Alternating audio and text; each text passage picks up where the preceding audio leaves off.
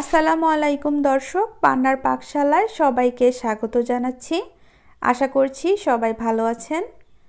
আজকে যে রেসিপিটা করব সেটা হচ্ছে একটি শাকের রেসিপি, আর এটা হলো সরিষা শাক। এখন শীতের সিজন, আর এই শীতকালেই পাওয়া যায় এই সরিষা শাক। তো চলুন কথা না বাড়িয়ে আমরা রেসিপিতে চলে যাই। এখানে আমি এক মুঠো সরিষা শাক নিয়ে নিয়েছি, আর এগুলোকে এখন আমি কেটে বেছে নেব।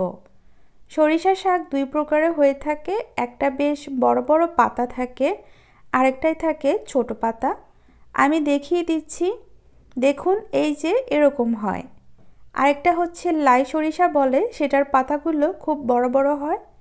তবে এই সরিষা শাকটা খেতে মজার হয় বেশি, আর বড় পাতার সরিষা শাকটা খেতে একটু তিতা লাগে। আমি এখানে শাকগুলোকে ভালো করে ধুয়ে এভাবে পাতলা করে কেটে নিয়েছি, বেশি কুচি করিনি। এখন একটু ভাপ দিয়ে নিব।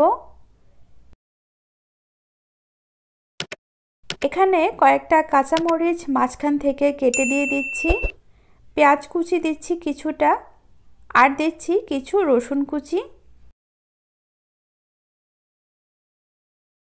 লবণ দিয়ে দিচ্ছি পরিমাণ মতো।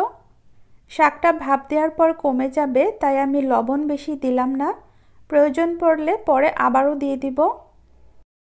পানিটা ওঠা পর্যন্ত আমি শাকটাকে একটু ঢেকে দেব।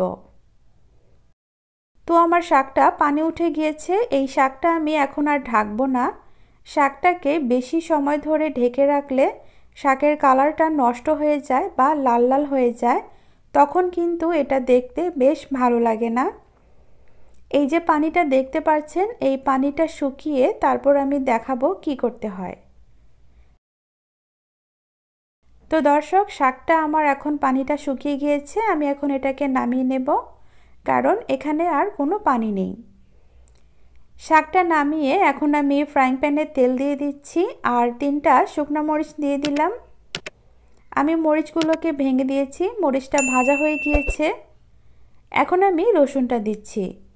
বড় সাইজের কয়েক টুকরো রসুন নিয়েছিলাম, সেদ্ধ হওয়ার সময় কিছুটা দিয়েছিলাম, আর এখন বাকিটা দিয়ে দিচ্ছি।